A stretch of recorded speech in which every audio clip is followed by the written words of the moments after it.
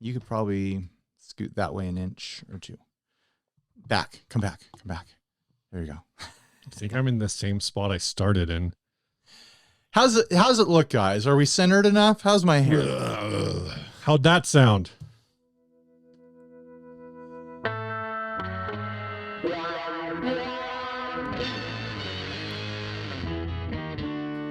Huh.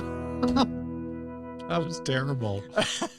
Hey everyone, I'm Ryan. And I'm Steven. This is 60 Cycle Hum the Guitar, buying, selling, trading, modding, fixing, breaking, reviewing, playing Podcast. We've got an ad here from Brian Palladino. I don't know if we've ever got an ad from him before. I've never seen one. I don't remember his name. This was a very fun project to finish. We took the original tobacco mahogany finish and filled it and filled the two humbucker slots, layering it with black, white, and army green. Then we gave it the relic it deserved. What? Did it deserve that relic? Steve hasn't seen the pictures yet. I haven't. Keeping the back natural with some wear. Next, we moved the scale to 27-inch to make it a baritone and installed a Bigsby bridge. The Tele pickups is a Fender Texas Special for some well-needed grit. The old frets have been filled, and new frets mark the place of the new baritone's notes. We then drilled the new side dots and filled it with lumen lay dots. Come and try this one-of-a-kind guitar. It was listed 3 months ago for $1,300. This is a PRS SC245 baritone with Bigsby. It has not sold. It's at Matt's Guitars in Manassas, Virginia. My picture still didn't load. I'll be right back. Ryan, why didn't you just get up and leave while I was reading? I don't know. That whole time, you could have been downloading the pictures onto your phone. Act like you're reacting for the first time because I'm going to edit out everything. Oh, I carried my weight. All right, I'm back. Steve's going to act like he's reacting to it for the first time. My internet is so slow in the garage. I couldn't load the pictures of this. Honestly, like, Steve, right now, summary judgment. I know you've been looking at the pictures. Okay. Down. Big old thumbs down. Oh, I'm way up. For $1,300? I don't care about the price. I'm just looking at the guitar and I love every bit of this. Oh my gosh. So I actually think what they did with the body is fine. The whole redo with the body is fine. It looks relic. It looks confusing. It doesn't look like a hack job. I just love that the heart and soul of PRS guitars is shiny. Shiny, prissy, don't get a scratch. Like everything has to be this perfect piece of guitar jewelry. And everything about this project is just, and I love it. I love it to death. This is amazing. There are so many elements of this that I'm like, wow, you have to be like, I mean, obviously you don't have to be like a mathematical genius, but you have to be very precise. Yes, no, this is like, there's a lot of very precise things going on here, hidden underneath just this rat rod, gritty relic aesthetic. And I recognize that it was inevitable by changing the scale that you would put frets through birds. That is my favorite thing. So that is like, it is 1,000 cherries on top of the sundae. It's putting a fret straight through the bird because it's just like, we got to move the frets around. And it's like, we're not even going to try to hide it. They filled in the empty fret slots with like bright red epoxy or something. Which I'm kind of mixed on that because you can see where like wood is missing, right? Like, I love it. So it's whatever. I love it. The part that kills me, the fill-in of the dots looks bad. It all looks bad, but it all works. The double dot for the 12th fret is that was hand drilled. Like they did not that's what I'm saying. Like everything else about this seems like so precisely like they thought about it. And then the dots are just like, fuck it. Here we go. That's what I love about it. Oh man. It's incredible. It's amazing. Like I hope that PRS sees this guitar and they contact this person and they hire them. Like, this is the future of PRS right here. Like, if PRSs looked like this, oh, I'd be a PRS boy. And I love the Bigsby with the single Telecaster bridge pickup with the Bigsby mounts thing going on. Like, I'm kind of interested in how that sounds, just because in my head, like, the baritone sound that I want, which I don't really like. I don't own a baritone, so like I don't know why I think this, but I think of, like, especially with like a baritone telly, is that I would want neck pickup. Sure. But if you whispered in my ear, Baritone PRS, I'm thinking some sort of new metal-y, extended scale, double humbuckers. They probably have that. Like, it's probably like a silver burst over flamed maple sort of situation.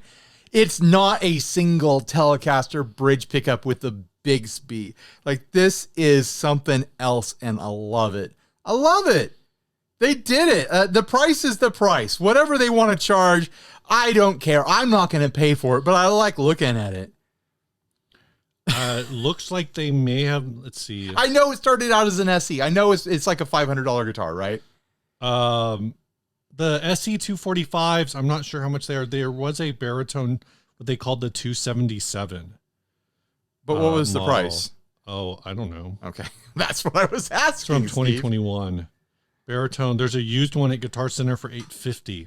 I'm asking what this model actually goes for. Right. PRS SE.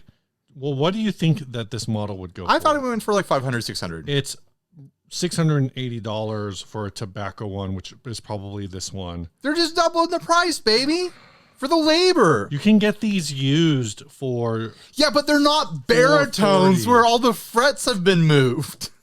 But I'm saying, so they had this is functionally a used one with a $900 upcharge. Yeah, because they changed everything about it. Did they $900 change everything about it? It's an amazing feat of not only engineering and modification, but also of style. It's a tribute to, like, lowbrow style. Like, I love it. It just, all it needs is pinstriping, and this is a perfect guitar. We're gonna fix this. I'm gonna take your Silver Sky. I'm gonna fill in the bridge to move it back, and I'm just gonna pull all the frets out. But I'm not gonna replace them, and then you can have a fretless baritone. Let's turn the Silver Sky into a bass. We'll fill in the bridge. The body might not be long enough for that. Nah, I don't think it's gonna be long enough. It'll work. No, I don't know if it's long enough. I just know this. We can't really tell from the pictures. It might suck to play. No, I bet it's really good to play. But it looks like it should be good to play. The fact that they did functionally move all the frets to compensate for the change in scale length, and that it looks fairly competent. Like, it's messy. Like, but how much of that messiness is intentional? Because they went for a really messy style with just about everything here. And that's what I love about it. It is just so, like, deal with it. We're doing this, just deal with it. So it's hard to tell, like, is this going to be a quality playing guitar, or is it going to feel like gritty and awful? Like, there's ends of frets that look like there's glue up around them and stuff like that. But they were also having to cut into the binding and whatnot. I just love it. I got so excited when I was looking at these pictures. I think some of those spots that look like glue on the ends, that's like the backfill. Maybe. I really think this is the best PRS I've ever seen in my entire life. I really think this thing probably plays really good. Yeah, probably. It needs new strings. The strings and you know are rusty. If you want a neck pickup on this, submarine, like a surface mount gold foil. Surface mount gold foil. Don't tell me that wouldn't look hot on this. A surface mount gold foil on this baritone Telecaster PRS. I'll say they took a POS and turned it into a PRS.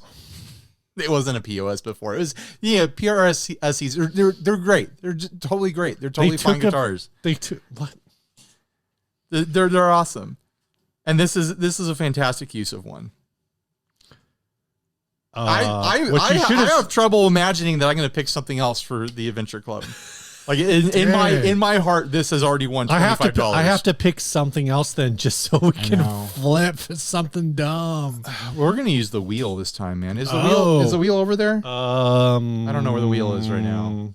My kids were playing with it a while back. I don't know where it ended up. It's not over here. I did not see it. Oh, it's back here. Yeah. There it is. Yeah. Where I pointed. I thought you were pointing. Steve, looked where I pointed. No, it's not there. I thought you were pointing over there. On the floor right next to him. Yeah. It's behind. No, it's not next to me. It's behind me. No, it's not. I didn't look behind me. You just have to look to your left. Oh my gosh. I did right here at eye level. So you don't like the price. I don't like the price. What do you think the price should be? $650. You think it should only be $650? It should be the same price as new. I mean, yeah. I think it should be less than new. But I would at $650. I would be interested. I'm feeling $850.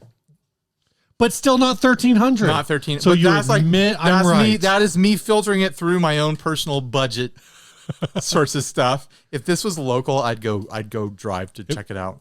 If this was local, what would you offer as a straight across? Well, I would just go on a pilgrimage to experience it without the intent of buying it. But if I was there and I was like, oh man, I think I like this, then at around $850, I feel like I would be able to justify it in some sort of weird way. Look at this thing. It's nuts. When are you ever going to see this again? I'm going to email this to PRS. Okay. To our contacts at PRS and be like, I know that I have you guys don't care about anything I say or do, but this is something I care about. Please just consider this for a future run. Hire this person for your custom shop. Matt's Guitars is an actual store. Well, yeah. In this place. So what you would do, the way to do it is go there, check it out, and if you like it, you offer I'll do a store feature video. But they're in VA for the guitar. I'm saying if they were if it was a local store. Hey. If I can get a cheap flight out there, if you're watching this, Matt's Guitars, if I can get a cheap flight out there, and you still have this thing, if I come out there and film it, can I have it? Oh my gosh. I'm not going to just buy it, but I'll dedicate a minimum 3 days of my life just going out there and filming it. Just don't fly Alaska. Oh my gosh. No, that's the cheap seats, man. That's how I save the money. The cheap seats that fall out of the plane. Yeah, that's why mid-flight. So affordable. Good grief. Yeah, Well, Ryan. Yeah, okay. What do I know, Steve? We have a Patreon, and if we get more people on the Patreon, then maybe you can afford to upgrade to a real airplane. Alaska is a fine airline. I've never had a bad time flying on Alaska. I've heard they've really gone downhill in the last decade. Is that what's up? That's what I've heard. I mean, I guess I haven't flown them recently. I don't know when the last time. All airlines kind of feel the same to me. Yeah. Why are we talking about airlines now? I don't know. You pivoted back to airlines when I was trying to pivot very smoothly to the Patreon. Oh, Steve, Patreons? Do we have Patreons? We have Patreons. What? That's amazing. Yeah, we have 4 new people to talk about this episode. That makes my day. These are all people who support the show on a monthly or annual pledge basis. And for as little as $1 a month, or as much as $10 a month, or whatever you feel like, sky's the limit. Big spenders, the whales out there. Yeah, get on our Patreon. Flex. I saw a picture the other day of Mark Zuckerberg sitting around a campfire playing acoustic guitar. For all we know, he's a viewer. Mark, what's up, man? Hey, invite us over. I want to try your fancy steaks. Mark, you invite me, I'll fly to you. I won't even beg a billionaire to pay for it. I'll pay to fly to you. You will pay for the flight to Hawaii. I will hang out with Mark Zuckerberg. He seems like he likes cool stuff. He likes barbecue. He likes going surfing on his foil boards and stuff like that. Mark, let's hang out. Ryan, I use Facebook. Find me on there. Here's 4 people that I know are cooler than Mark Zuckerberg. At the $10 level, Cody Schultz. Thank you, Cody. And Nicholas Lancaster at the $5 level, DM Meyer, and at the $1 level, Outstanding Bill. Outstanding Bill. Short for Outstanding William. Yes. I'm not sure where he's outstanding. Actually, I do. He's outstanding in New Zealand. Oh, that's amazing. Yeah.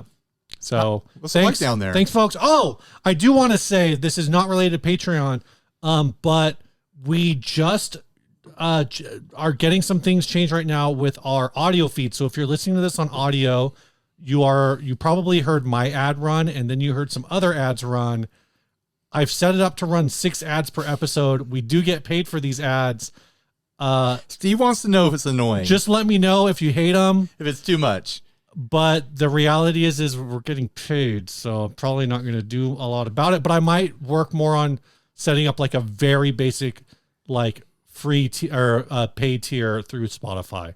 Okay. So let me know if that's something you'd be interested in. If you don't mind the ads, then we'll just leave them. We're kind of milking Spotify as long as we can, because we know eventually they're going to pull all this funding and not pay anyone. Like, they're just trying to get everyone to migrate over, and then they'll stop paying. So we're just trying to get the money while we can. Getting rid of the ad that I read is already a hard shift that they're doing. They're ending that in February. Oh, really? Yeah. So your very own ad. It'll only be like third party. Like the first ad I heard was for like some concert at Yamava Casino. So I think it's localized to like where you live too. All right. So okay. Yeah, I actually listened to our own episode once. I used to do that back in the day. Like, I know that I watch it now on YouTube, but I used to sit and listen to the podcast on iTunes like the day that it would come out. Oh, wow. Why? Because I wouldn't actually listen to it while I was editing it. Oh, okay. Because back then when it was only audio, it was like, I just have to put the beginning on, and I have to put the song on the end. And I didn't have to listen to the middle part. So it would take me like 15 minutes to edit an episode. And then I would listen to it on launch day so we could chat on the Facebook group about it. See, Mark, I use Facebook. Facebook is a big part of the community. You would know that if you joined the group, Mark Zuckerberg. We also use Instagram and Threads. I'm going to invite Mark Zuckerberg to join the 60-second group. Also helping finance this fine program are the folks over at Chase Bliss. If you're in a bad mood, you need to buy a Mood Mark II. It will make you feel better, or it will put you in math. Don't go into credit card debt for a mood. Just don't. Yeah, just use your debit card. Yeah, just use money that you have. Yeah. If you don't have the money, then you don't need it. You know, like. But if you want, a really fun pedal that's probably more creative than you are, I think it's probably more creative than everyone is. Get a Mood. Seriously. Get a Mood Mark II. ChaseBliss.com. Thanks, Joel and folks over at Chase Bliss. I am currently intending to gear up to film a couple Chase Bliss pedals, the new Mood included, and the grift is that I'm going to do it on Timu's dime. So keep an eye out for that. A Timu sponsored Chase Bliss demo. That's what we're doing here in the future, unless Timu hears the podcast we did a week or so ago. That was like 2 weeks ago, right? Or they hear me saying this right now, and they're like, we're not going to work with him anymore. Yeah, 2 weeks ago. This next ad was sent by Brian Brooks. And it says, Martin DX1 solid spruce, top right-handed acoustic guitar. Item description is just literally the words that I just said. Hey, my friend, I can't turn it and read it. I have to turn my head. Is this a song that I should know? I don't know if it is a song. I think it's just random words. Let's see. Oh, I can turn the rotation lock on. And it says, I was trying to read. Hey, my friend, it seems your eyes are troubled. Care to share your time with me? Would you say you're feeling low? And so a good idea would be to get it off your mind. Are you looking for answers to questions under the stars? Well, if along the way you are growing weary, you can rest with me till a brighter day. You're okay. I do know where you go is where I want to be. Where you are going, where you go, where do you go? My heart was made of Broken bones. What? It My reads, soul. It reads like generative text fill when you're like texting My someone. soul's a bag of sticks and stones, and out along this dusty road, you have come, my love, to take me home. Left to right, up and down, love, push up, love. Steve, you don't have to read every word that you see. There's too many words on this guitar. Can we move on to talking about it? If you recognize this as a song or a poem, let us know. Oh, I recognize it as a poem, but I don't know if it's original. I don't know if it's a well-known Is it like poem. a meme poem or I something? don't know. But someone printed all this out and they cut it up and they pasted it all over this Martin. And this is on Goodwill, by the way. Yeah. Here's the debate. Is this a good price? Because it's like half price of this guitar unmolested. $241 ended. I would say it is. I mean, look at the it's got a crack in the body, so no. But if you look at the close-up pictures, there's a lot of Mod Podge going on here. There's a lot of clear coat brushed on. This isn't stickers that you could attack with Goo Gone. Like, it's going to take sandpaper to get this stuff off. Yeah. And the guitar is not going to look new when you're done. Like, it's going to look very far from new. Like, I'd almost say that if you want to undo this, paint is probably the way to go. Because, yeah, you're going to be grinding at it with a sander.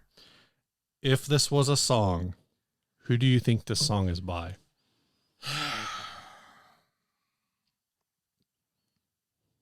Erykah Badu. God, if only it was. I thought you were going to say Eric Clapton. No. Do you want to make a second guess? I will say, I'll give you a hint. Like Erykah Badu, the artist who wrote this song also has an African heritage.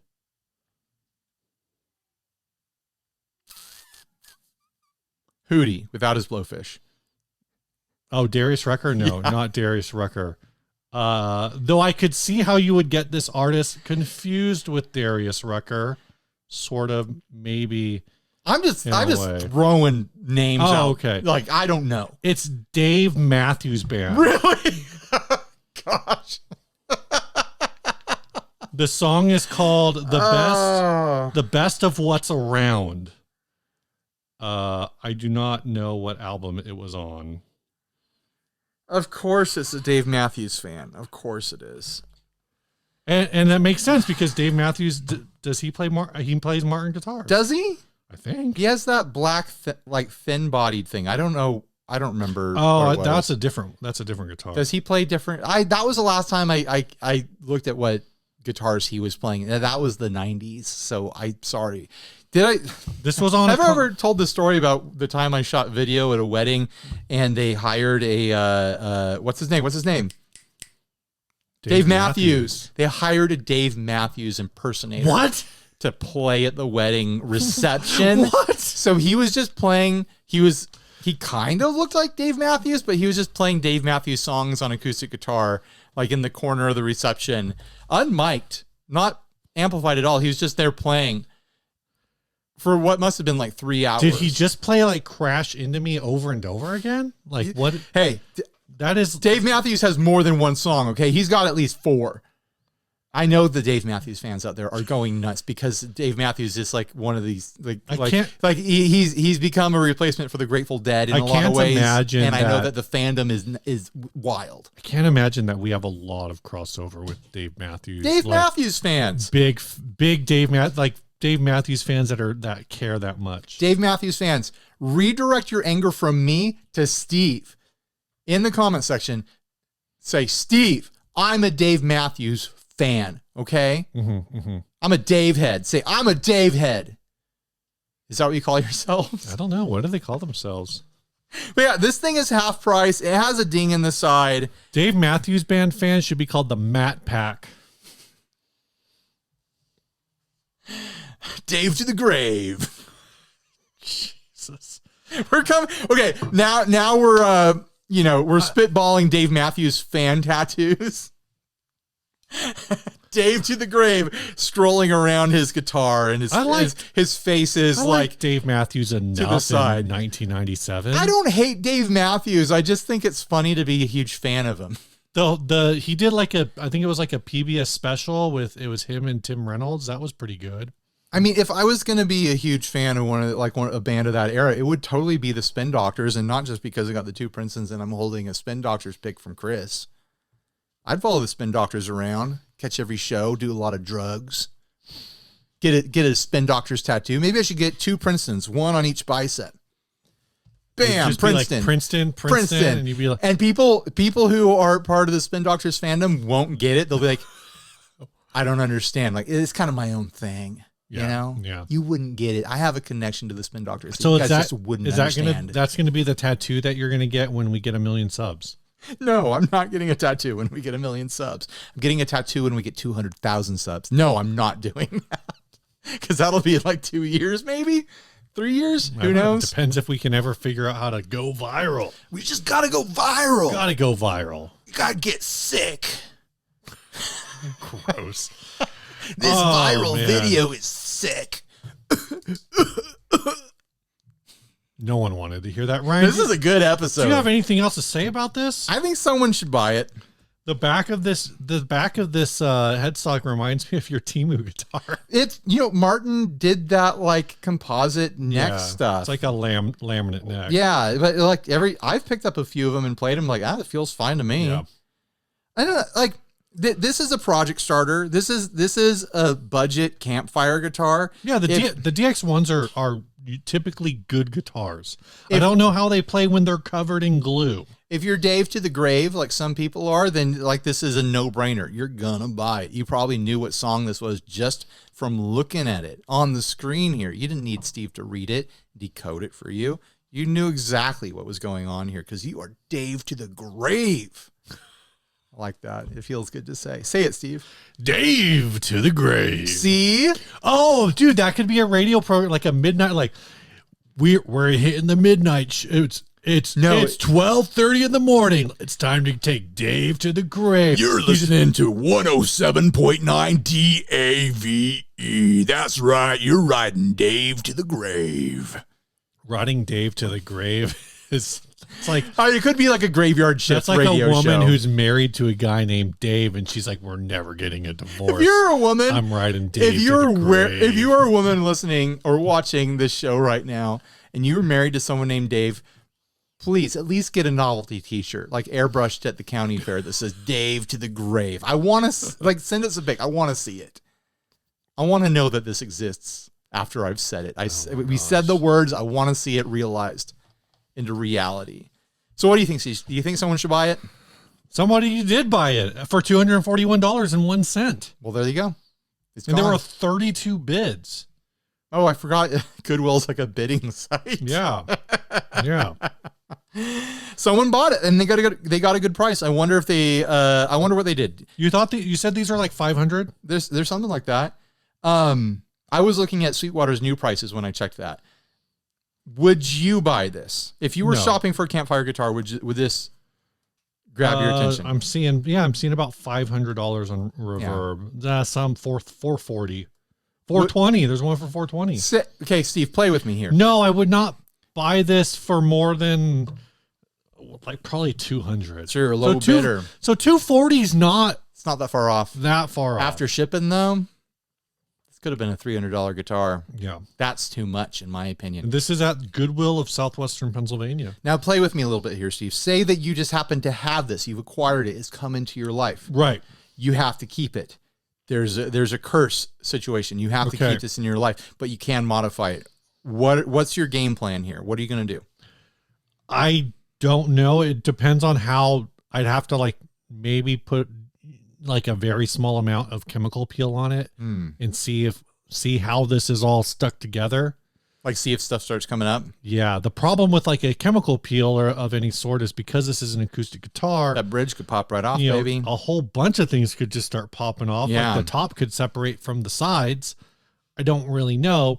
So if that is not an option, do you just spray paint the front of the body? Like it's gonna have. You're still gonna see the texture of all this shit on it. No, I know. I don't know, man. Maybe I just need to start listening to more Dave Matthews. Maybe I need to become solution. Maybe I need to become Dave to the grave. Dave Griver. No, sit up. Dave Digger. Dave Digger. Yeah, that's what it is. People who are Dave Matthews fans are Dave Diggers. They're Dave Diggers. Ryan, what's new, dude? I gotta get off of this. What is new? Well, Dinosaur Ghost is showing is playing a show pretty soon. Yeah. And it might be in your area. So I'm gonna try to do a little thing here, try to let you guys know about this show so that I can say that I promoted it, because I actually do need to promote it. I need to get people to the show. I heard this show's in Southern California. It is. It's in Long Beach, Steve. It is a winter surf festival that goes on for 2 whole days. Wow. A Saturday and a Sunday, February 3rd through 4th. If you want to see my band, Dinosaur Ghost, play, then you want to show up on the 4th. That's a Sunday. I think we're playing around 3 or 4 p.m., somewhere in that area. But we're on the same ticket as Slacktone, which is a big deal band. The Pyronauts, the Boat Floaters, the Magnetos, Danger Force 5, Hillbilly Soul Surfers, Cadillac Angels, and Dirty Penguin. It is at the PCH Club at the Golden Sails Hotel, 6285 East Pacific Coast Highway, Long Beach, California, 90803. All ages welcome. Tickets are at stellarshows.net. Need a room? $129 a night. Call. Wow. I put up the flyer already. I'll have a link down below. Dinosaur Ghost is playing shows, and this is going to be one of them. It's going to be post NAMM, which will be fun. Yeah. You know, we'll have this release. It's like, NAMM's over. Now I can relax and have fun. Hopefully I can get a practice in with the guys. It's going to be fun. It's going to be a good time. Come to the show if you live in the Long Beach surrounding area. Don't fly in or anything stupid like that. Drive in, but not too far. Like, I feel like an hour is too far. If you're within that hour bubble, give it a go. I am off the hook. Steve, I'm making you come. I'm like an hour and 10 minutes. But these surf festival shows, this is the winter version of the Surf Guitar 101 Festival. Oh, cool. So it's a huge surf festival show. All surf bands. There's going to be a lot of stuff there. There's going to be a lot of cool people to hang out with and talk with, and a lot of gear there and stuff like that. So if you like this channel, you'll probably enjoy visiting and checking out this show. So that's awesome. Just something to think about. That's what's new with me. What about you, Steve? I brought this. I talked about this 2 weeks ago. I brought it. Oh boy, so new thing. Show it to you. Show it to me, Steve. This is the Fuzzrocious Li'l Fella. It's sparkly. I've got the Rocket Music gear, the matching button on there. But yeah, it's a red sparkle finish. That's the painted finish, or not the painted. That's the UV printed finish. I love that red sparkle. And of course, they also do a hand painted version. And I love that little fella on there. Yeah. And my kid saw that and was like, she's like, I know what spider that is. And she looked it up because that's a real spider. Yeah, that's Jim. I forget what it's called. She knows that spider. Yeah. I forget what kind of spider. So this is an overdrive? It's an overdrive, but it's real interesting because it's got volume, tone, drive, and gain. And then a gate switch. So the gate switch is basically like a noise gate? It turns no. It's Fuzzrocious, man. Okay, so it does something wild. It turns it turns it into a fuzz. It bypasses the gain and turns the whole thing into like a gated drive. So if you take the drive and go all the way up and you turn the gate on, you basically have a gated like medium gain fuzz. All right. It's ridiculous. I don't understand the relationship between the drive and the gain yet. I'm still trying to figure that out. I watched a couple videos and they don't explain it either. I need to watch. Ryan Bruce did a video. He might explain it in his. I need to watch it again. But I've just been messing with it and like, I'm going to turn the drive all the way up and the gain down. No, I'm going to turn the gain all the way up and the drive down, and trying to, it kind of, what it feels like is that it's almost like your drive is only distorting. It's like a overdrive, but it's overdrive. It's like an overdrive where it's centered around, I don't know, like 7 or 8K. And the gain feels like it's an overdrive, maybe a little heavier distortion with a tonal center, maybe more around like 3 or 4K. So when you turn the gain up, you get a lot of like, this is the gain knob that's your doom knob. Right. Your drive knob is like your more traditional overdrive kind of a drive tone. But then you turn both of them up and it's just like wall. Sounds like you should do a demo, Steve. Kind of. We're trying to work towards Steve having a rig to do demos at home. Do you guys want to see a Steve demo of the Li'l Fella? When you're done yelling at Steve for not believing in the Dave Matthews fans that we have in our own fandom, tell Steve in the comments section to do a demo of the Li'l Fella. We're not believing in the Dave diggers. Right, the Dave diggers. I took a couple steps this week to making content at home. I downloaded OBS, so now I can do like things where I can manipulate the screen. Like I love that you're just I can screen record and film myself at the same time. So that's more for like talky, like if a perfect thing that we're going to talk about later is the whole Gibson stuff, right? But if I wanted to make a reaction video and just say like, here's the article or let's watch the video. Sure. Like I could do something like that. And then the other thing I did is I finally took apart my Oops All Rats board. And I put this drum on it and I put a looper on it and the HX Stomp. So that's like I wanted to put that together as a little utility board. You should put the Oops All Rats board back together to make a video with it. But then I won't have the utility board that I need to interface. Welcome to making content. You have to take stuff apart and then put it back together. But I need the utility board. All right. What's next? I don't think I'm gonna like throw a mic on an amp. I think I would just do it all direct. Yeah. Maybe, I don't know. I've still got an MXL 990. No, don't use that. It's the best, Ryan. Dude, I have a ribbon mic. We have an Austin ribbon mic that you can take home and let me try to figure out how to do some stuff with the Stomp first, because I don't really know what the noise is a smart way to go. Is. Yeah, and maybe someday I'll mic an amp. You actually don't need to be too loud to make a demo. I actually keep things pretty quiet in here when I demo. It's not like that kind of noise. It's like I don't even know what the electrical noise in there. Oh, I see. I got you. All right. You know what, Steve? What, Ryan? There's something that we should talk about. What's something we should talk about? We should talk about our sponsor, StringJoy. Ryan did a segue by himself. I beat you to it. Was I at the right place? Yeah, you did. I totally nailed it. I mean, it's not like I didn't write it down where you can see it. You think I know how to read? That's I'm true. getting all kinds of compliments from Steve today. Ryan, tell us more about StringJoy. Tell us more about StringJoy. StringJoy makes these strings right here. These are their coded strings, the Orbiters. This is a 10.5 to 50 gauge set. I've been using these on everything. They're coated with enamel, Steve. The same stuff you find on your teeth. If you want strings that feel like your teeth, check out StringJoy. Use our link down below with code HUM to get 10% off at checkout. And also, if you use our link and you buy strings, we get a little cut, which helps us out because we use money to buy candy to rot our own teeth. All right, here's what I want after that ad. Let's make this ad interactive. I can't believe I actually did that. I pulled it off. The week that this episode airs, we will be at NAMM, and I want people to post in the comments whether or not they think Scott is going to tell us to stop comparing the Orbiters to teeth. We're going to pull up on the StringJoy booth, and Blake and Scott are both just going to be like, guys, it's not the same as teeth. Stop telling people it's teeth. We're getting emails where people are like, I want the teeth strings. You know what? You know who buys a lot of guitars famously? Joe Bonamassa? Dentists. And they love the joke. Okay? Do they? If you're buying PRSs, you're just buying all these PRSs because you're a famous dentist and you're tired of golfing.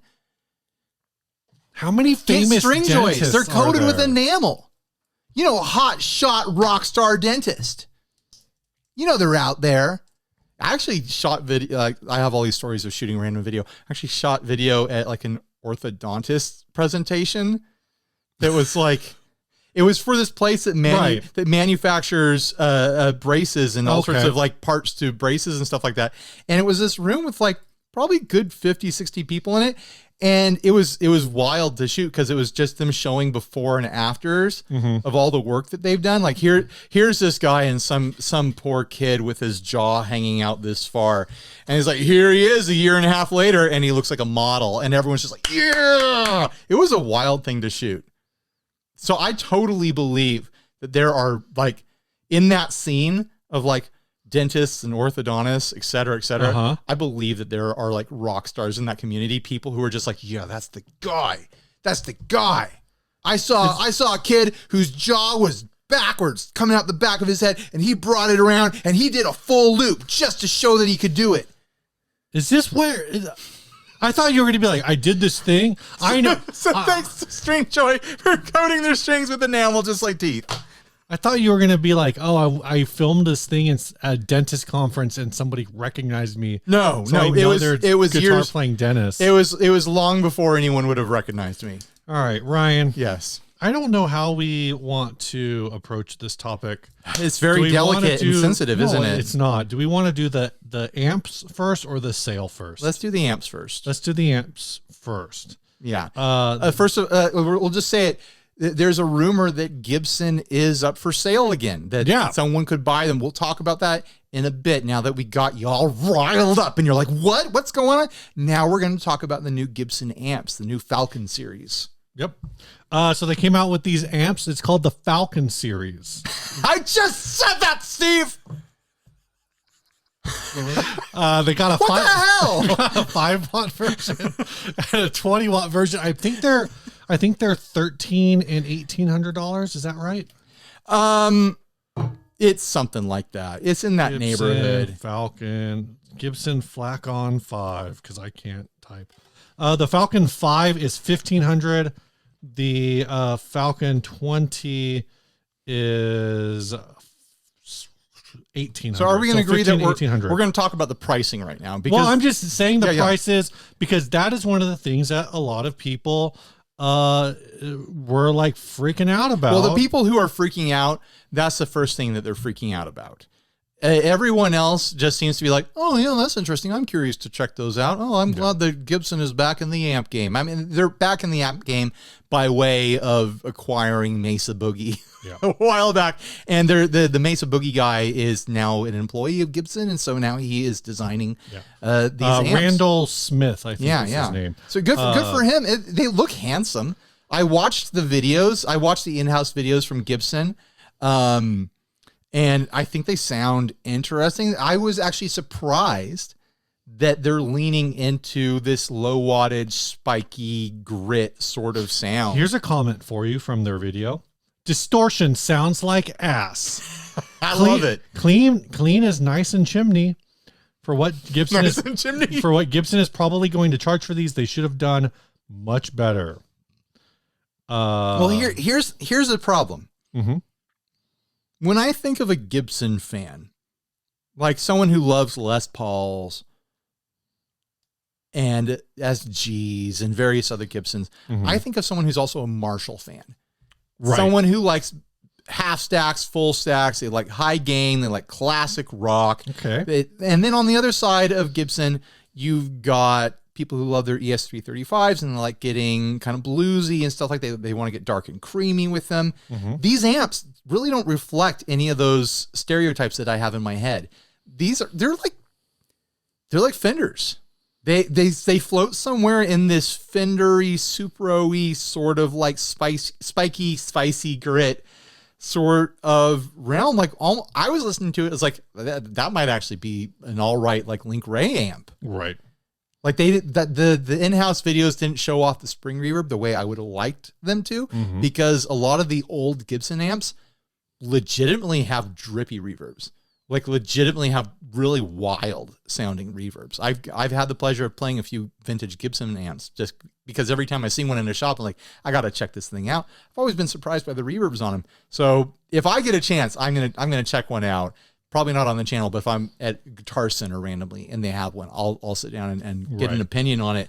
But I was surprised that in their first modern outing with amplifiers, that they went that kind of like spiky, gritty direction with the gain structure of these things. I admire them for it. Here's another comment from But I also think that it's not going to land with a lot of Gibson fans. And it's a long one.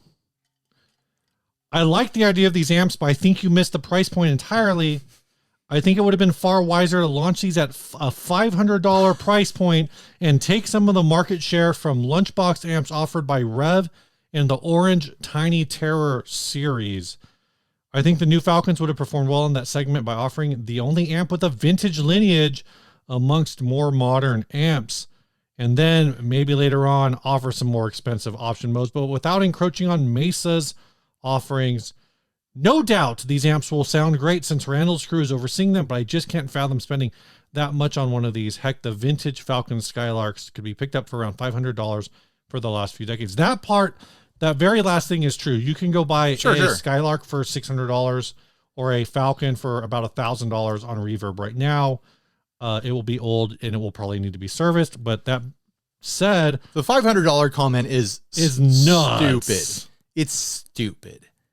And I don't want to demean anyone, but you're stupid if you wrote that. I'm sorry. They should be free.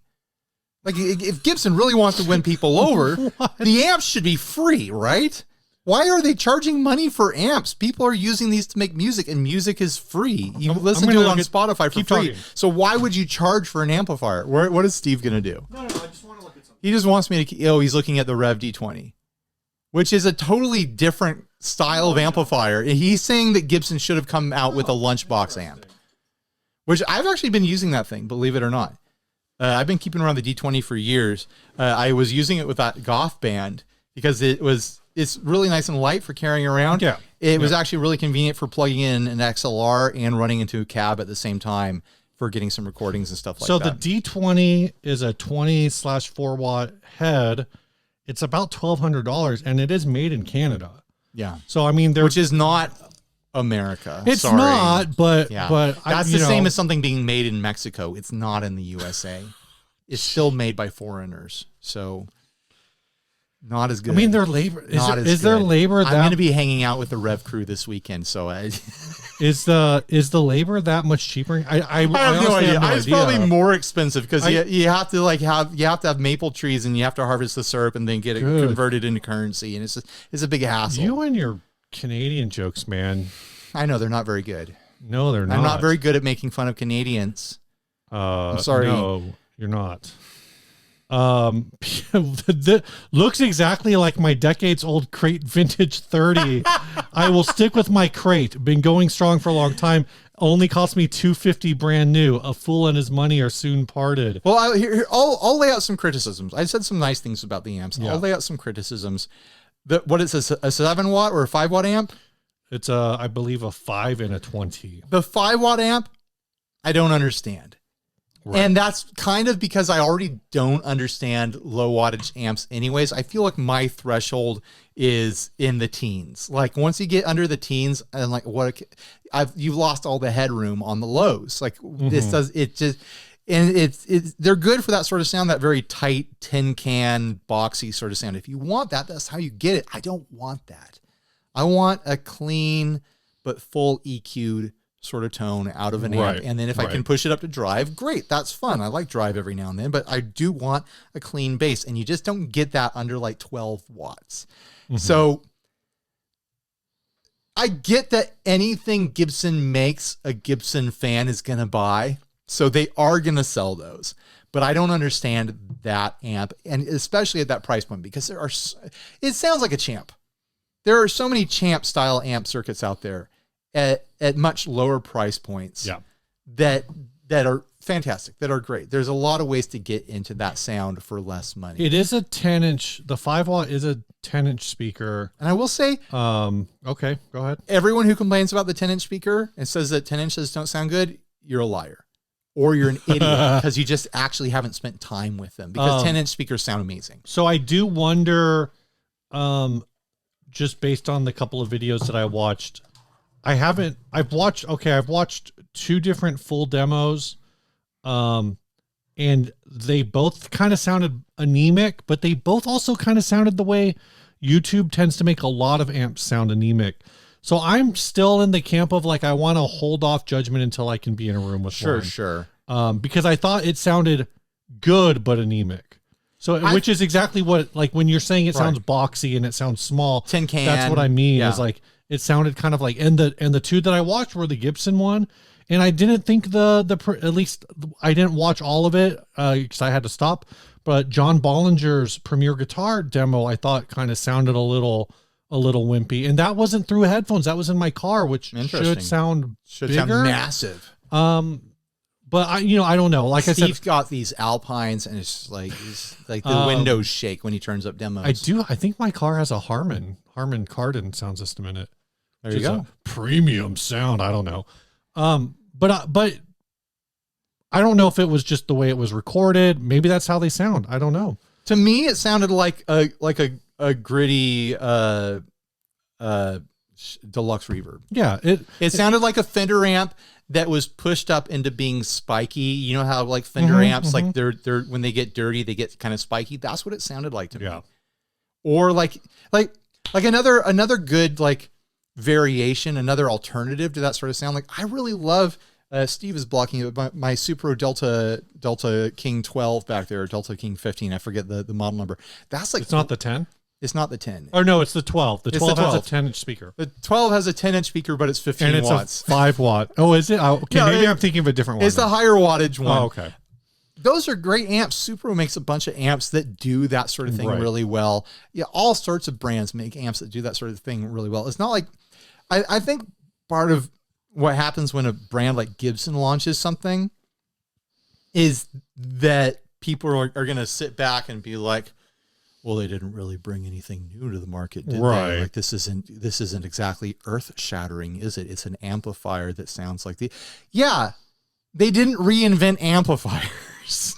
They came out with a specific flavor of amplifier. So I don't know. What do you have to say? I've interrupted you at least 5 times now. I think the Mesa tie-in is it's a good use of Mesa. I think a lot of people wanted to know when Gibson and Mesa did their, was it a buyout? I don't really remember the details of it, whether it was a buyout or a merger or what acquisition. A lot of people wondered if Gibson would leverage Mesa to bring back the amps, and a lot of people wanted them to, and now they've done it, and they're offering an amp, 2 amps that are cheaper than any amp that Mesa makes. For Steve already their crunched new price. The numbers on this. There's some gray because Sweetwater has a bunch of Mesa Boogies on sale right now, so there are some Mesa Boogie like 25 watt amps that are cheaper than the Falcon 20. So this is kind of like the move, like when I forgot the name of the company already. The company that bought Heritage and Tysco and Harmony. Right. Who are they? Well, they were originally Band Labs, and but now they spun off. They renamed their music instrument. We don't have a working relationship with them right now, so I can't remember. But they bought Heritage, and then they had Heritage making harmonies, on the Heritage facility, and then selling them for cheaper than Heritage. Yeah, like that's kind of what's going on here. It's kind of like that. Gibson bought Mesa, or they're connected somehow. I feel like I'm not sure now. It's funny because we covered it and I just don't remember. And now they're using Mesa to build a cheaper product for them. Yeah, but it's less features. You know, it doesn't it doesn't have the knobs per dollar. I mean, I think it does have a trim and a reverb, which Mesa doesn't. I mean, when you're talking about amps with knobs per dollar, like Mesa nails the knob for dollar ratio. It's like you want an amp that is just staring back with you with 1,000 chromey eyeballs. Like that's a Mesa amp. Like there's just rows and rows of chromey knobs all the way across a Mesa. And sometimes they have sliders and stuff like that. Where this Gibson amp, like if you're going to compare it to like a deluxe reverb, it's got less knobs. It's got less knobs. It's got less watts. It's 2 less watts than a deluxe reverb, and it's 1 less knob. Because it doesn't have, it's got trim and reverb, but it doesn't have a high and low EQ. It has a master EQ knob, which kind of bugs me. Like unless I played one in person and I fell in love with it, despite it only having one knob, I like to have at least 2 EQ knobs on. I know that sounds like a lot. Like I'm asking a lot here to just have a high and a low and then just cross your fingers on the mids. But I like to have, double the tonal options that the Gibson has. I think that's like a legacy, part of the legacy design. It is a flavor of the style of amp that they made, Again, like especially for the 5-watt. It's hard to say because really the only comparison that I can think of is like I mentioned before is the Rev, right? In terms of like, are the Princetons and stuff, are they made in Mexico? Oh, I don't know. Right now, they're probably deluxe made in Taiwan. I don't know. So I guess like we're all talking about North American labor, right? But Mesa is always going to get that like premium. How much is the deluxe reverb right now? Aren't they like 16? 16, I think. Or like $16.99 or something like that. I think I think it's $15.99 for a deluxe reverb with similar wattage, slightly different features, probably an actually different sound when you compare them side by side, but kind of in the same neighborhood. They're kind of in the same neighborhood of price. Like, right. If you're shopping for deluxe reverb, you might as well check out the Gibson just in case. The sound that I heard is, so the Fender deluxe reverbs are relatively based on that like black plate sound from like the mid-late 60s, right? To me, the Gibson one, at least in the video, is more of like a tweed deluxe sound. Sure. Like totally. It's got a little more of that like pronounced mid, probably because it doesn't have it only has a tone knob. Yeah. So it's kind of like another flavor in the same, like you said, like it's if a deluxe reverb is chocolate, maybe the Gibson is like, where's he going with this? Is like double brownie or something. It's like, is this ice cream flavors? Ice cream. I was thinking about chocolate as an entire concept. No, okay. Sorry, I meant ice cream. If they were ice cream, like the Fender is chocolate and the Gibson is like fudge brownie. Right. Like it's a variation on chocolate. Right. Or if they're vanilla, then one is French vanilla and the other is, like just regular vanilla or whatever. American vanilla. Spanish vanilla. Let's get the other country. I want to know what the other countries are doing with their vanilla. Let's get some international vanilla tastings going on. France has dominated for way too long. Do we want to do the other Gibson? I mean, we teased it, so we have to. We have to now. So I think it was earlier this week, maybe late last week of the recording week. There's a podcast. There's a podcast that's been around for like a month and a half called the Tone Lounge Podcast. It's a spinoff, I guess, of a YouTube channel called the Tone Lounge. It's a guy who's a demo artist. He's okay. And so he started. So he's doing things backwards. He started a demo channel and then started a podcast. I think we started a podcast and then did a demo channel. That is the way that it appears. That's backwards. That's not the right way to do things, guys. So I don't know who is connected to what. But in their episode where they are interviewing Chris Jupiter from Jupiter Effects, friend of the show, they got onto the topic of Gibson potentially being for sale. They straight up said like one of the hosts says that that he assumes that the return on investment has not been good because Gibson is up for sale. And so it sounded, the way you explained it to me, because I didn't watch this thing, I just heard Steve tell me about it. Yeah. The way you described it, it sounds like to you. But I didn't watch it. You said so much. I felt like I watched it 10 times. You said that one of the guys sounds like he has a contact at Gibson. Yeah, in the comments, maybe like this is all very rumor mill level stuff. There is a comment on the video. I don't have that pulled up. There's a comment on the video where somebody says, "What's your source for this?" There's nothing online about it. What's your source? This would be going on behind the scenes at Illuminati meetings and stuff like that. What the reply on the one of the host that's not the Tone Lounge guy is Frank Fleckenstein from FFX, I think is. Well, so he's a technically he's Frankenstein's monster. Jeez. Sorry, I had to that's do it. bad. I had to do it. But what I was gonna say, also Andy is gonna be on, I think, their next episode. When are we gonna be on? Have us on the show, boys. Yeah, after you made fun of the guy's name, I don't think you're gonna. I wasn't making fun of his name. I was just good, low hanging fruit. He's probably heard it a million times before. So anyway, in the comments, I don't remember if it was Frank or I think the other guy's name is John, but I could be getting that wrong. I think it's John or Jonathan. Say what you were getting to. He said that he knows someone who is close to Gibson, who's like in the know with Gibson.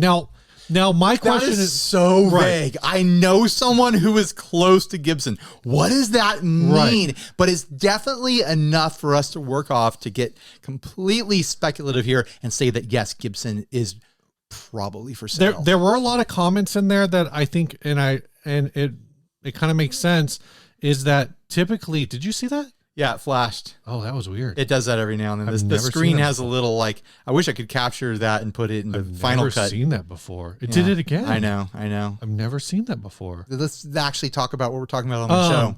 Is that Gibson's owned by majority is owned by, I think, 2 different private equity companies or whatever, right? And one of them was purchased about 5 years ago, and the other one was like 2 or 3 years ago.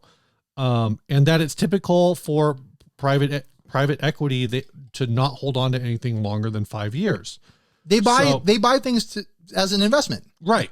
They're trying to make a profit, and they're not trying to make a profit by way of selling guitars. They're trying to make a profit by way of building up a company and then reselling it. Yeah. So one of the comments that came up over and over again, is it's not about whether or not Gibson is a good return on investment. If they're selling it, may mean that right now Gibson is at a very good return on investment. Right. I don't know how much they paid for it, but the way that like a private equity would think about it is, okay, say we bought Gibson for $200 million 5 years ago, and now they're worth $275 million. Right. The goal isn't to wait another 5 years and hope that they're worth $390 million by that point. The goal is to take your $75 million profit and go buy another $200 million company, right, and do it again. Yeah. And then after 5 years, make another $75 million. And, or buy three $25 million companies. Sure. Or you buy one $50 million company, another $10 million company, and then a $15 million company. He can't read, but he can do math. In my head. I did all that in my head, guys. Aren't you impressed?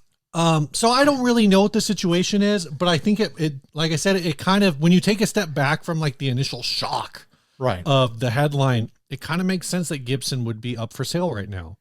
Yeah. In the private equity They're probably circles. always for sale. Right. Like everything is always for sale. Like everyone who owns a business is just waiting for someone to show up and be like, I'd like to pay you enough money that you can just die rich and never have to work again. Like everyone would love that.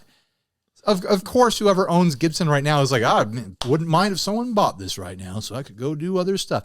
The people who own Gibson don't own it because they're hoping to pick a guitar off the line. Right. They're not in it for the guitars. They look at it as a resource. Ryan, it's a cold, hard business decision. You know, if you could see anybody buy Gibson, who do you think it should be? Joe Bonham? No. That's what I happened know last time. That was the rumor last time, and it's ridiculous and stupid, and people shouldn't talk that way. Like that's a dumb idea. Maybe I'll watch him do it though. Now that I've said it, I could see him. So there is a thing that was so boring. I don't know if it's still happening, but there was so boring. What's so boring? Joe Bonham. Him buying. Well, it wouldn't be him. There was a thing that was going on. He would gather investors in sports. So like at one point, like the Los Angeles Dodgers, the whole headline was that Magic Johnson was buying the Los Angeles Dodgers, but really what it was is he was just the spokesperson for the team.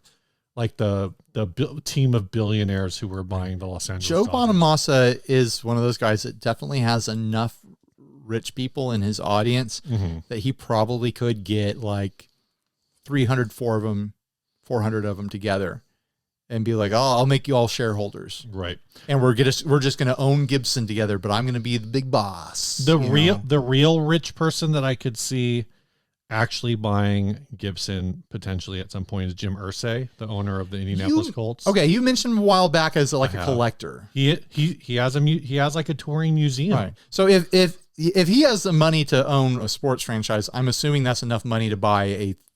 You valued them at $375 million. I just pulled that number out of nowhere. We don't know how much Gibson is worth. I don't know what they're worth. We don't know what Gibson is worth. You could look up their value right now while I just spitball and just flap my gums. Yeah, just keep saying. I'm assuming that if someone has the money to own a sports franchise, then they definitely have the money to buy Gibson. Yeah. I have no idea if this person would run it correctly or if they would run it at all, or if they would just own it and be like, whoever's running it now, just keep running it. You know, and that's another part of the conversation. If someone buys it, does that mean they're running it? I don't know. Probably not the day-to-day, you wouldn't think. No, of course. They're not down there, like emptying trash cans and stuff. That's the janitor, Steve. There are way too many things named Gibson. They haven't sued the other Gibsons into oblivion? When I first looked up how much is Gibson worth, it Debbie Gibson. It was $425 million, but it was Mel Gibson. Oh, Mel Gibson could buy Gibson. Mel Gibson buy Gibson. And then when I looked up Gibson Corporation, apparently there's an energy company named Gibson, and they're worth like $4 billion. Well, they should buy Gibson then. They should buy everything named Gibson. So I'm having trouble finding this. Gibson Music Instrument, GMIC is what I'm going for. This says their annual revenue is about $300 million per year. Wow. So they're definitely worth more than that. But it's not saying how much they are actually worth. Can you look up what they sold for last time? Yeah. Let me try that. Sherlock Holmes over here. This is how you find the clues. How much is Gibson brand sale? It might not, because it was probably that kind of private equity stuff might not really be public. Private information. I don't know. It could be $1 billion. You know who I think shouldn't buy Gibson? Who? Elon Musk. He'd just ruin it. Oh. He'd just mess it all up. He'd come out with a stainless steel Les Paul, and it'd be dangerous. And it wouldn't work in the snow. And it'd get fingerprints. Oh, are you talking about fingerprints video? all over it? It'd get all these fingerprints all over it. I don't want Elon Musk buying Gibson. No, thank you. Let's see this article. Who do you want to buy Gibson? Tell us in the comment section. I keep going to the commenters. Chapter 11, begging them to do literally anything. Help us out here. Comment on the video. Okay. According to Bloomberg, Gibson was worth $500 million. You weren't too far off. No, it says Gibson was $500 million in arrears. What are arrears? I have no. What's an arrear? It was worth $500 million in the rear. What does that mean, Steve? I don't know. We're not smart enough. An arrear is that's their. They had $500 million in debts. Oh, Gibson. Okay, this is a Bloomberg article in 2021, and it's behind a paywall, so I can't read it. But Gibson had apparently a $250 million loan from KKR. This is Steve. We're not going to be able to figure this out. I think CBS should get back in the guitars game and buy CBS. Disney, buy Gibson. You won't ruin it at all. Just take care of business over there. Make some pretty guitars and put them in Disney shows. I don't know. Someone's going to say we should have done more research ahead of time. But here's what I'm going to say. To those people, I say, screw you. It's never going to happen. Taylor Swift should buy Gibson. Sure, why not? She lives in Nashville sometimes. Let's talk about this seriously. No one really cares about Marvel anymore. Every Marvel movie is flopping. Dude, have you seen Echo? I watched like an episode of it and I wasn't. It's really good. Does it get better? Okay, it's the best thing Marvel's made in like at least 5 years. That's not saying a lot right now. A lot of the Disney hard D Disney movies are flopping. They've been having a tough time over there at the House of the Mouse. What is soft D Disney? Steamboat Willie is now public domain. Mm-hmm. You can just Steamboat Willie wherever you want now. Yeah. You can Steamboat Willy nilly. Disney's in trouble. All right. They need a solid legacy brand, and they need a brand that they can grow by introducing it to a younger audience. They buy up Gibson. Now they're putting Gibsons in all these like Disney Channel, like tween shows and stuff like that. Right. They're putting, then there's no black tape on the headstock. It's just like, yeah, I got an ES335. I'm a teen in a cool band. All of their little musical artists that they have the show and then they turn them into musical artists. Yeah. They all have just Gibson guitars or Kramers. They can throw Kramers in there. Yeah. They got amps now. Mm-hmm. They got Kramers for the shredders. They got Gibsons for the bluesers. They got Mesas for the shredders. They got Mesas. They have a lot of stuff underneath the Gibson family of brands that they can market to children. Yeah. Through their various media empires. I mean, Disney can use its massive Hollywood cabal influence to brainwash children into being future Gibson owners. It's actually probably the best plan for Gibson at this point. Because like a big problem with Gibson for a long time now is that they lean so hard into legacy. And everyone who's watching is like, I'm not seeing any young people play Gibsons right now. You want to get and now you can do that crossover. But years ago they had a show, or they had a movie. They did 2 movies, I think. And they could start making mandolins again, and they could put them in the Mandalorian. The Mandalorian. Yeah, what I was going to say is years ago they had a movie called Camp Rock, and then they did Camp Rock 2, and those are movies. Camp Rock, I'm going to say, basically launched Demi Lovato's career. Maybe I got that wrong. I don't know. Sure. But what this theory presupposes is Camp Rock 3, the head of the camp, because now you own Gibson, is Slash. Slash runs the camp. Slash runs the camp. Slash camp.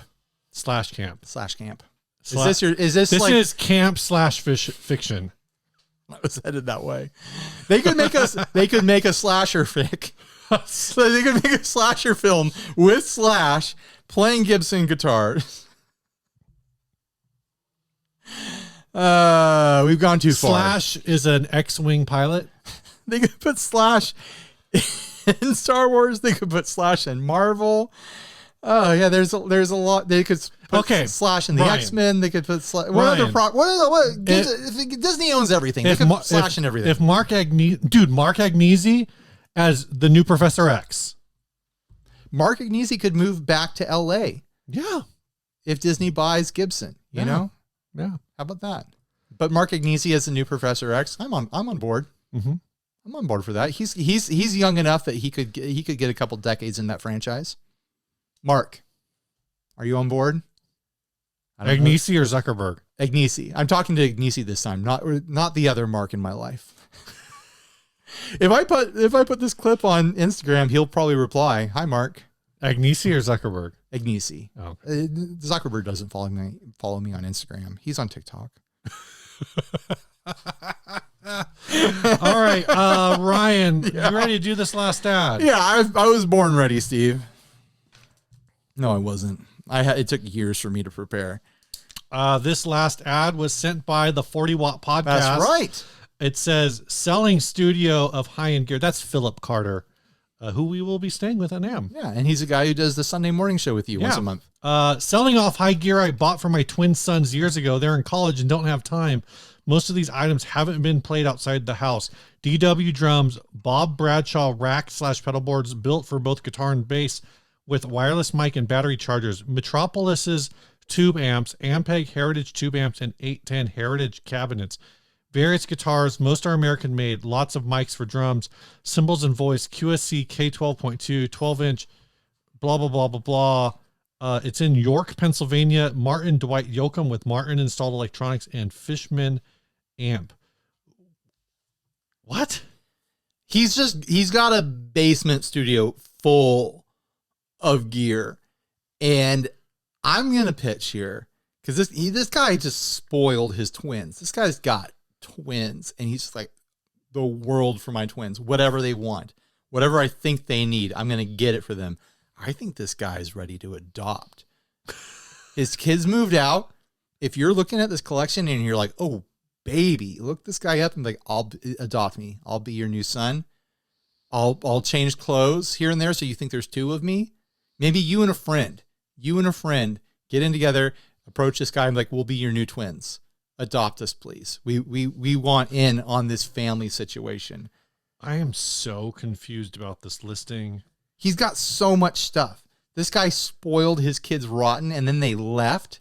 If my dad bought me a room full of Marshall stacks, I'd never leave home. Are you kidding me? Well, why'd they go to college? Those are Marshall cabinets, but they're Metropolis heads.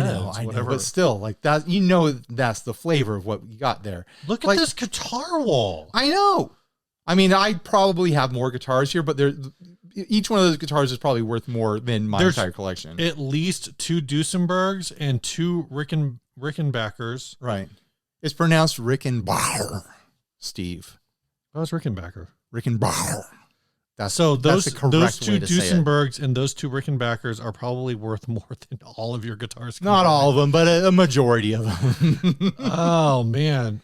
But it's like he's got this full studio. Is it even a basement? It might be like a studio disconnected from their house. Like it looks like a studio. Yeah. It doesn't have a low ceiling like a basement. It's some sort of like rich person situation. If I was that rich, man, I wouldn't send my kids to college. I'd be like, just be kids forever. Just always be children. Just hang out with your old man. And I don't know anything about York, Pennsylvania. I don't know. That's why I'm not rich, because I wouldn't know what to do with the money. Just play video games with me, kids. Just hang out with me, be in a band with me, and play video games all day. I'll stop working and York just be is rich. a city in southern Pennsylvania. Okay, cool. Good to know. This could be in a barn. It's 2 hours outside of Philadelphia.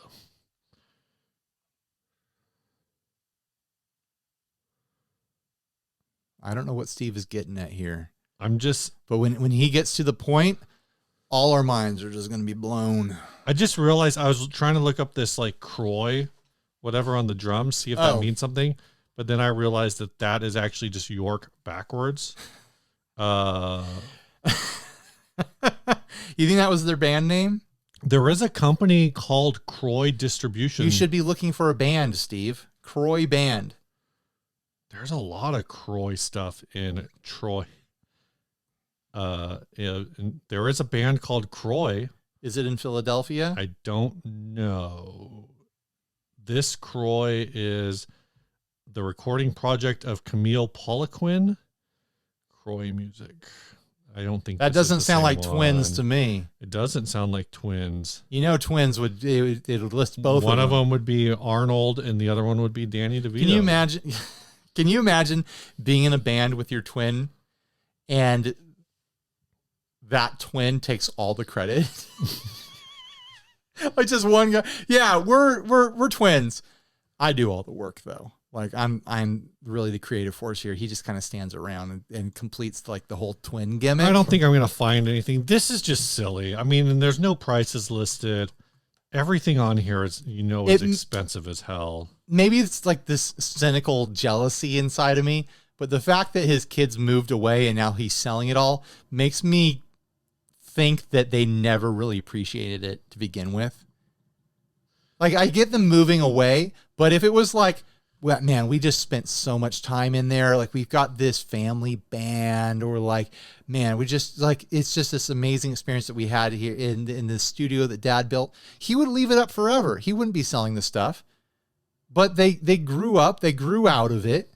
They moved away to college. They're getting their MBAs. They're twin MBAs, guys. In this one picture that, you'll see rotating around. Enhance. They've got the sheet music or the tabs for Detroit Rock City. And now this guy's just like, well, they grew out of it. It's time to move on. It's time to clear out the studio, and I'm going to move a classic car in there. He's got these like fancy chairs. He's got slot You machines. think those chairs are fancy? I think that's like the mod look. Like I think he paid a lot of money for those chairs. He probably paid too much money for them, but that's like I don't like those. I'm not saying I like them or don't like them. I'm saying they're fancy. They're not fancy, Steve. They're novelty. This kid in this picture does not look like he's. That's not one of the twins. That is not one of the twins. It's a different kid. Yeah. We don't talk about him. He's not a twin. There's only one of those. We buy all this stuff for the twins, you know? Nothing about this listing makes sense to me. What do you think it's all worth, Steve? Everything. All in one go. Oh my goodness. Hold on. 1, 2, 3, 6, 7, 8. So that's probably at least $16,000, and I haven't even started. That's just the amps? Counting the guitars. 1, 2, 3, 4, 5, 6, 7, 8, 9, 10, 11, 12, 13, 14, 15, 16, 17. That's probably another $30-ish thousand. So it's going to be 100K easy. I don't know if it gets up to 100, but it's after definitely all more than 50. the studio stuff and things like that, and the room treatments and everything else going on there. I bet this guy spent 100K. Yeah, how much? Just trying to play some music with his twins, and his twins had to up and leave and go. Go back home, twins. You're missed. Your daddy misses you. He bought you all this cool stuff because he wanted to play. He wanted to play Detroit Rock City with you. Yeah, and they probably wanted to play like Blink-182, and that's why they left. Other dads just want to toss the ball around. How much does a baseball cost, Steve? Like a good one's like maybe $10. A good ball is $10. This dad said that's not enough for my boys. I got twins. I'm going to drop $50K each, and we're going to have 6 Marshall stacks in here. I know they're not real Marshalls. We're going to have every guitar you could imagine. We're going to have tacky chairs. Mm-hmm. We're going to have mixing boards and pedals and rack units and stuff like that. And I'm going to give my kids the best childhood they could ever have. And then they just moved away like a bunch of ungrateful a-holes. I hope they don't come home for Father's Day. They should never show their face again. Jeez. Holy smoke. So the Metropolis amps are like $3,000 new. Yeah, of course they are. They're a big amp head. Like that's what amp heads cost now. Oh, you got anything else to say about this, Ryan? No. Hey, twins. Don't come fight me because there's 2 of you and I won't win. Is the Baritone PRS still your adventurous club? Yeah, 100%. How are we going to do this Wheel of Pedals, man? Because what mine is going to be Wordy. I'm Dave to the grave now, baby. Dave to the grave. Hand me the wheel. I don't have the marker for it right now is the problem. Steve is going to knock over the entire garage trying to get this thing. All right, we got the wheel. How are we going to do this? I don't have a dry erase marker. Here, we'll do it like this. What are you? Oh, you're going to do tape. All right. Is this good tape to stick? This is going to take too long, Steve. No, it's not. It's not. Literally, I just need Steve, I can do this without marking anything. What are you going to do? I'm going to take primary colors. You're going to take secondary colors. I don't know colors, dude. Primary colors are, maybe this one. Is it the same? Red, yellow, blue. Is it the same number? No, it's not. Damn it. This is going to take so long. No, this is going to take 12 seconds to just like slap on a couple pieces of tape. And whichever one gets closest. And then anything down from that. Here, I'll turn it around. I'll try to read it in the monitor. This is too complicated. So here's an S, right? This is it's just whichever one gets closer. This is an S. If it's we'll just do whichever one it's closer to. Will this break Ryan's curse? This little flappy thing's about to break. Is what's going to break. Yeah, if that breaks, then it will never stop. Oh, it is about to break. Yeah, that's because my kids have been playing with it. Oh, your wheel of pedals, turn. Tell us. It was slowing down, and then it stopped slowing down. So who is that? I don't know. No way, it's you. Is it really? Is that me right there? It's you. It's you every time. I win again. Steve wins every time, no matter what. One day, I'll break the curse. I'm gonna hire like a voodoo priest to come in here and like just clear stuff out. So there's bad juju in here. There's bad spirits. Congratulations to Brian Brooks. I think it was Matt Carnevale reached out. It was either Matt or Dave Santander. I don't remember which one, but I think it was one of them. It could have been someone else. Reached out and suggested that I add to the Facebook or to the website, like every time you win? like a 5-timers club like SNL has. So we can keep track of that. I haven't put it together yet, but that will be something I put together soonish. It could be 4-timers because that's $100 club. You get $100. That's significant. Yeah, you get $100 out of the show. Four. Yeah. You want to just do 4? Sure. We definitely have people who are already 4-timers. Sure. That's a special club. All right. This song was sent by Spruce Pine a really long time ago, and I just found it. Yeah, Steve found an old email. And was like, I didn't play this. From Rex. He says, check out my surf punk masterpiece, Big Kahuna by Spruce Pine. I went with my own drip recipe for this, definitely inspired by 60 cycle drip shootouts, Rogue analog delay, 1 slap, to a Hungry Robot HG, to an Ocean's 11, to a Fender Twin Reverb. Wow. So it's the Ocean's 11 digital drip into the Twins drip. This is going to be drenched.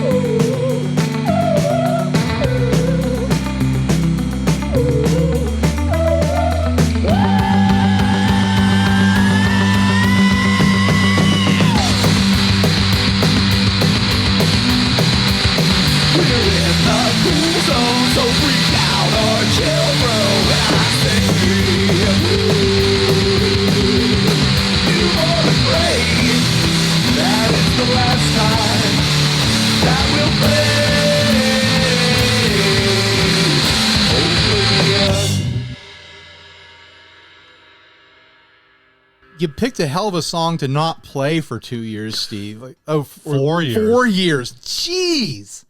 I don't know how I missed it. That's a killer track. I don't know how I missed it. Good job. Amazing. Probably doesn't even listen anymore because we didn't play a song. I know. He's probably bitter. He's probably pissed off. You should email him. Hey, we finally need to do some emotional work. Oh my gosh, don't. You should email him a link to the episode when it publishes. Hey, that's a good idea. Or email him tonight and be like, hey, you made it on the show finally. We're so sorry. Yeah. Because that's an excellent track. I will email him as soon as we finish recording. Okay. Bye, everybody. Stay grounded.